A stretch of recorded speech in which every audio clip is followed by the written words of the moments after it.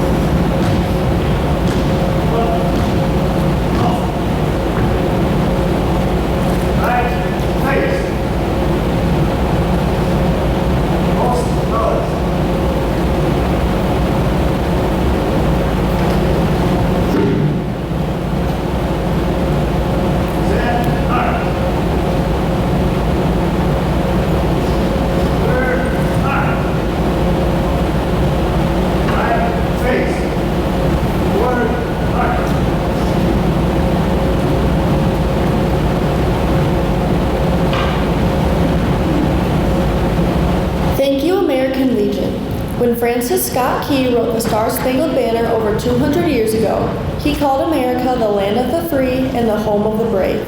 However, America has not always been free.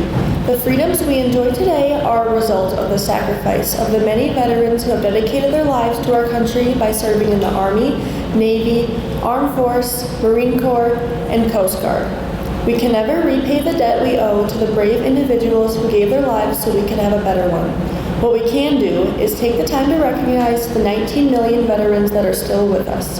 Thank you to all veterans for making the United States the land of the free and the home of the brave. The music department will now lead us in our national anthem. Please rise, take off your hats and hoods, and sing along.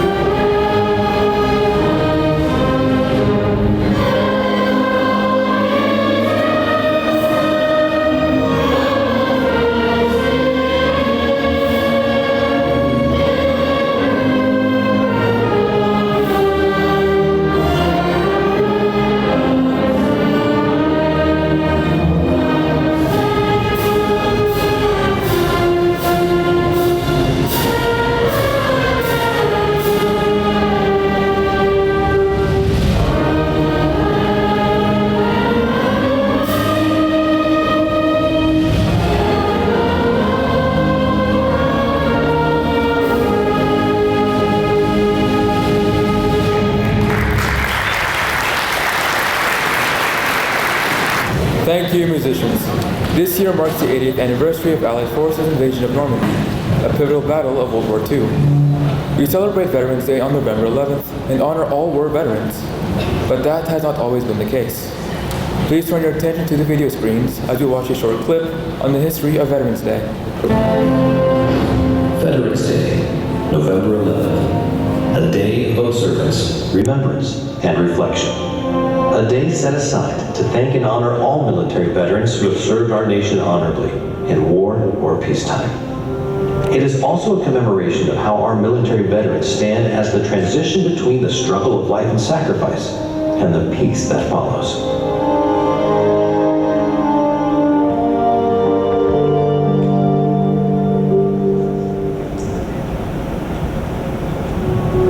Veterans Day is a federal holiday in the United States, observed annually on November 11th, and this day gives all Americans the opportunity to celebrate the bravery, service, and sacrifice of all U.S. veterans, living and deceased. A veteran is someone who has served on active duty in the United States Armed Forces, Public Health Service, National Oceanic and Atmospheric Administration, or Environmental Science Service. We must also never forget any prisoner of war or those missing in action who did not return home. There are currently more than 17 million veterans living in the U.S. in every state and territory. They come from all walks of life. Some are old and some are young. Some served here at home and others overseas. They are from big cities, small towns, and everywhere in between. But how is this holiday different than Memorial Day? And why November 11th?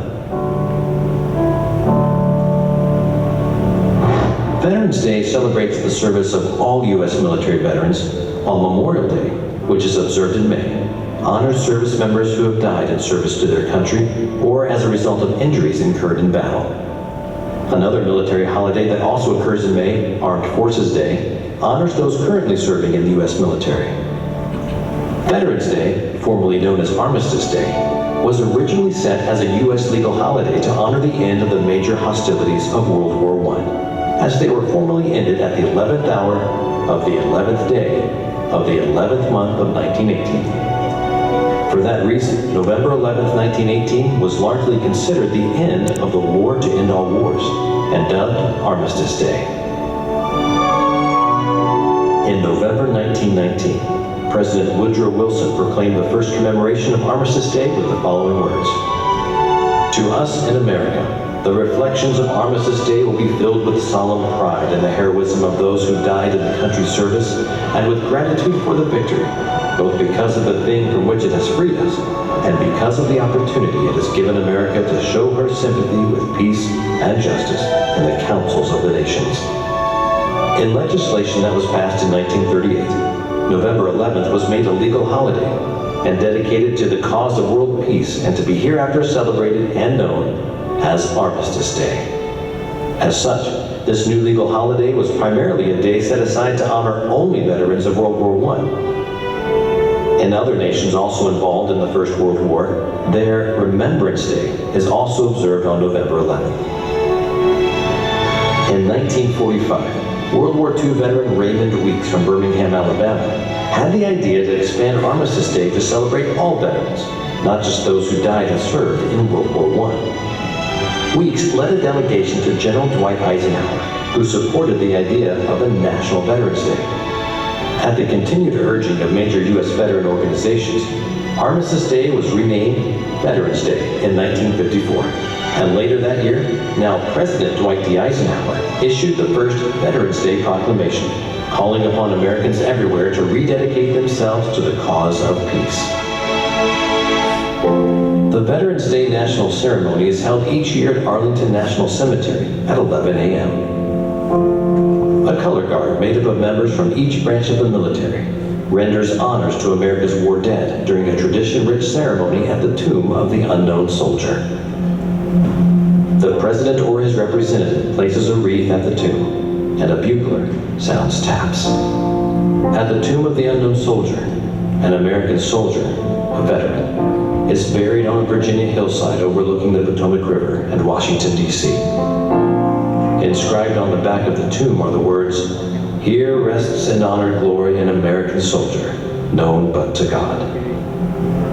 An Army sentinel maintains a 24-hour guard over the tomb, a constant vigil regardless of weather conditions. How can you help to honor America's veterans on Veterans Day?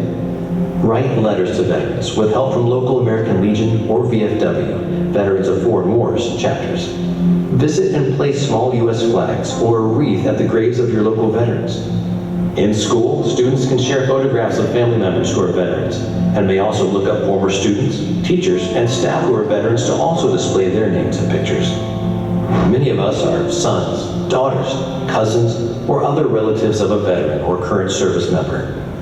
By setting aside November 11th and engaging in discussion about these crucial members of our family and our society, we are able to hear from and about those closest to us who have helped to shape U.S. history.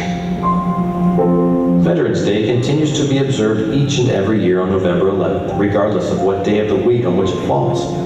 The observance of Veterans Day not only preserves the historical significance of November 11th, but helps focus attention on the important purpose of this day, a celebration to honor America's veterans for their patriotism, love of country, and willingness to serve and sacrifice for the common good. Please remember to thank a veteran today. Thank them for their service and their sacrifice on behalf of all of us and to the United States. Our speaker today is Annika Vaninsky. Annika graduated from Faribault High School in 2018. She goes to the University of Minnesota Morris with a major in biochem and a minor in psychology. She is currently serving in the Navy as a hospital corpsman and a military honors coordinator, as well as working as an EMT. In her 6 years in the Navy, she has worked in 6 states and 2 countries. Please join me in welcoming Annika Vaninsky.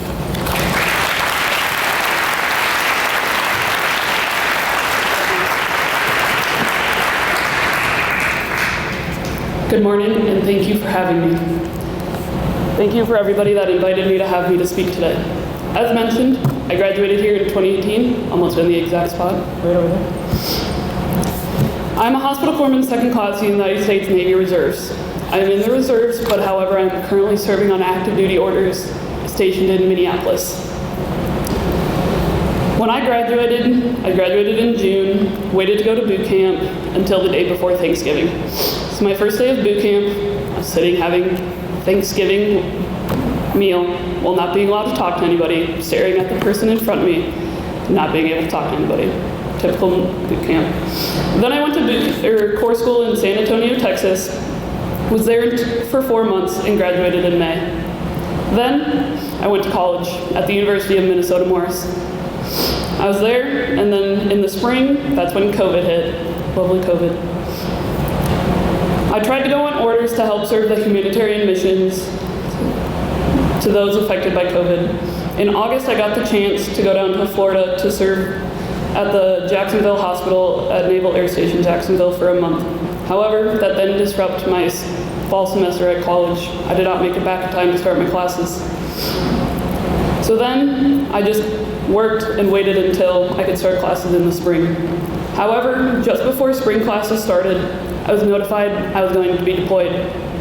So I switched all my classes because it's kind of hard to do a chemistry lab online or do physics online. It's not fun to do anytime, but it's even harder online. So at the end of the spring semester, I was preparing to deploy. During that time, I was talking to my professors of how I would do my finals. So we worked out a plan, and while I was in my shipping container, because that's where our housing was, it was a modified shipping container, I was sitting there writing my psych final, thinking to myself, no one else in my class is sitting in a shipping container in another country writing this paper right now. During that time, it was probably one of the most mentally, emotionally, and spiritually challenging times I've ever had. However, it was also one of the best times I've ever had. In the military, you get people from all walks of life, everywhere from different countries, north, south, east, west, all over. And we are kind of forced to spend a lot of time together, so you become instant family and best friends. You may not like each other, but when everything comes down to it, you know that they'll have your back. And it's a bond that will never be broken. So everybody on Veterans Day likes to do remembrance, and I love that as well. But here, I'm going to share some stories of my service. When I was on deployment, one of my coworkers, who was born and raised in Puerto Rico, we spent a ton of time together during our training and work. We quickly became best friends because while we were working, we weren't allowed to have our phones and we had no internet for 12 hours. So between staring at the ceiling and spinning in our chairs, we talked about life and everything that there was. So then, one day, in the middle of the week, we decided we needed a break. So that night, we ordered pizzas, we had a good time, and we started singing. Had a karaoke night. Somehow, we got stuck on Celine Dion, My Heart Will Go On. If you've never heard it, look it up. We proceeded to sing that song 7 times in a row. However, at the 4th time, our friends came over because they heard us screaming at the top of our lungs. So, for about the next half an hour, a group of 10 people who have never met before and will never probably see each other again after that were screaming My Heart Will Go On by Celine Dion at the top of our lungs at 2 a.m. We didn't know each other before we came to the island, but when we left, we were family, and to this day, I'll call them in a heartbeat if I ever need anything. After I came home, I was lost. My chosen family and my purpose of going to work every day and doing my job was lost. It took me months to get off the couch, and then I decided I was going to put my medical training to use, and I became an EMT. I worked on an ambulance here in Faribault and in the surrounding areas in Waseca and New Prague. While that had its challenges and similarities to my military service, there were many differences. I got to come home every day, I got to see my family and my friends. I got to travel whenever I wanted to and do whatever I wanted. However, when I was deployed, our base was 2 miles in each direction, and we were not allowed to leave. Next, when I came home, the Navy started calling again, and I just went to a school at Camp Lejeune for Field Med Training Battalion. This training is with the Marines, and it's to learn field med and combat medicine. We learn how to survive in remote environments with little supplies, and essentially our job is to complete the mission and to keep our comrades alive no matter what the circumstances are. Who's ever gone camping before? Anybody? All right, I'm going to tell you about the worst camping trip I had. So to pass this school, our final test is a 3-day camping trip. The first day started at 5 a.m. with an MRE breakfast. If you've never had an MRE, it's essentially SpaghettiOs that was packaged about 10 years ago, or longer. We then stepped off on our hike to our campsite at 6 a.m. We put on our 5-pound Kevlar helmet, our 15-pound flak vest, and our 15-pound rucksack. We started walking, not on a nice trail, but in the tree line to stay hidden from the enemy. After many start and stops, rerouting, going through a river, and taking enemy fire, 8 miles later, we arrived at our campsite. This campsite was a random spot in the woods. You never would have known. Once we got there, we got a little bit of time for rest and refit, so we started having another MRE, which is your wonderful meals. We then set up our campsite, which consisted of our tarps and our mats right on the ground. During that first day then, we continued to do some exercises consisting of a patrol and other things that we had learned while we were in the school. Then, just at sunset, I heard a familiar sound while I was on security on our perimeter. It was a bottle rocket of our instructors simulating an attack on us. They shot bottle rockets and smoke grenades in the area.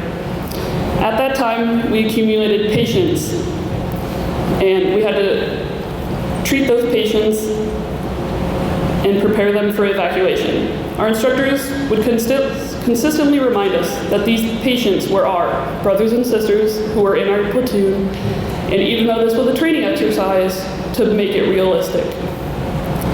So then, after we treated them, we transported all the patients to our landing zone to get them evacuated. Then, the next morning, just as the day was rising, before 4 a.m., we were attacked again, and we accumulated more patients. Then, after we treated them and were ready for transport, we, as a squad, one squad consisting of about 10 members, we had to have one patient and we carried them for 3 miles back to our school grounds. We arrived at our destination around 8 in the morning. We then set up our camp again, and that day we didn't have many other exercises to do, but we worked on setting up our patrol base as effectively as we could. And then after everything was set up and we were good, we started sitting around talking, telling jokes, stories, advices to the younger sailors. Anything and everything was talked about until dark. At dark, being corpsmen, we had to do training of how to do IVs in the dark with limited light and in very dirty conditions. We were laying on the ground, and with only a red light flashlight, we learned how to do IVs in the dark. It was one of the funnest experiences. Then we hung out in the woods until 7 a.m. After that, our instructors came, told us to pick everything up and go home. That was the worst camping trip of my life. We graduated in June, and then when I came back, I started orders on July 1st. I started training to take over one of the most important jobs in the military. I am now the coordinator for the military honors that we do at veterans or active duties funerals. At veterans funerals, we play the playing of taps and fold and present the flag to the family members who have passed. I'll finish with this. We all get dressed up in the morning. We go to work or we go to school. We do whatever else life throws at us. But the military is ready to answer the call whenever and wherever, not knowing when or if we will come back. Thank you.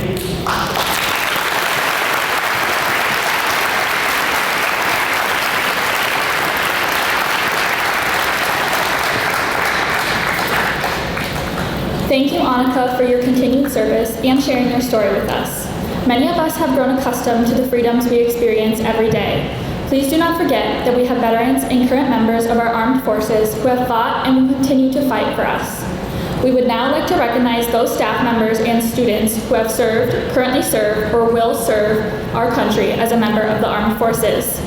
These are people you may see around the building at any time. Please feel free to recognize them and thank them for their commitment.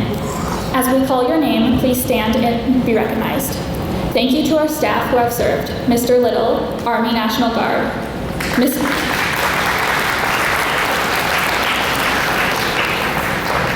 Mr. Olson, U.S. Air Force.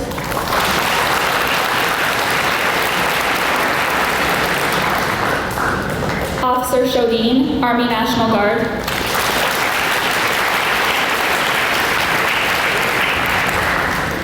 Mr. Sloan, United States Coast Guard.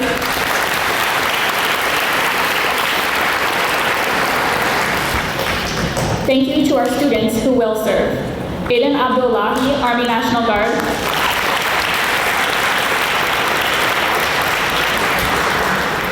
Nathan Wardamundi, Army.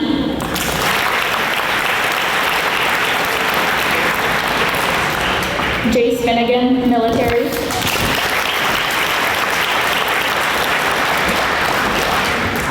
If we did not call your name, but you have served or plan to serve in the armed forces, please stand to be recognized.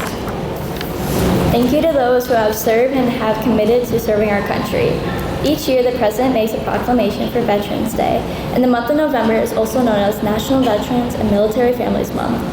Part of the proclamation reads, "Today, we honor generations of Americans veterans, patriots who have stood on the front lines of freedom and kept the light of liberty shining bright around the world. Just as they kept the ultimate faith in our nation, we must keep ultimate faith in them. Each one of our nation's veterans is a link of chain of honor that stretches back to our founding days.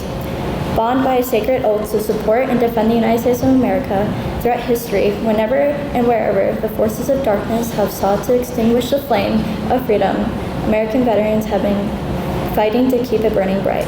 We owe them a debt of gratitude we can never fully repay, not just for fighting our democracy, but for giving back to our communities and inspiring the next generation to serve, even after they hang up their uniforms.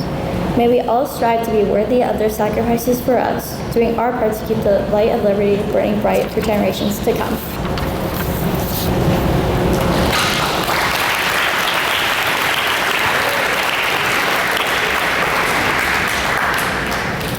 It is also very important to recognize the families of veterans who are making a sacrifice, along with those of their family members who are called to actively serve our country. One organization that works to support these families is MACV.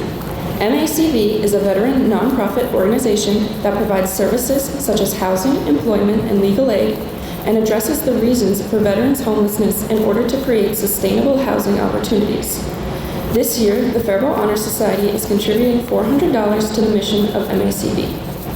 At this time, please welcome the music department again as they play a tribute to America.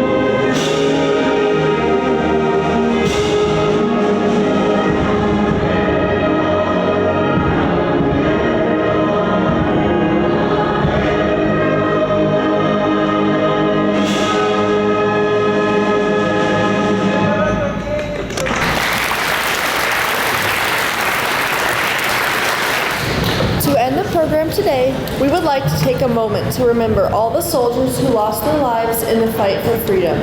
At this time, please stand and observe a moment of silence.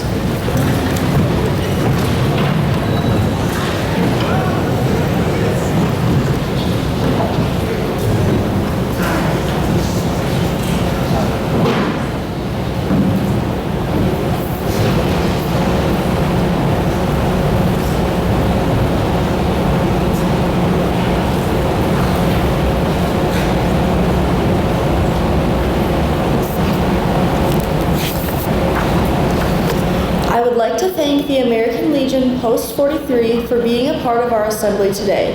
At this time, take off your hats and hoods and remain silent while the American Legion retires the colors.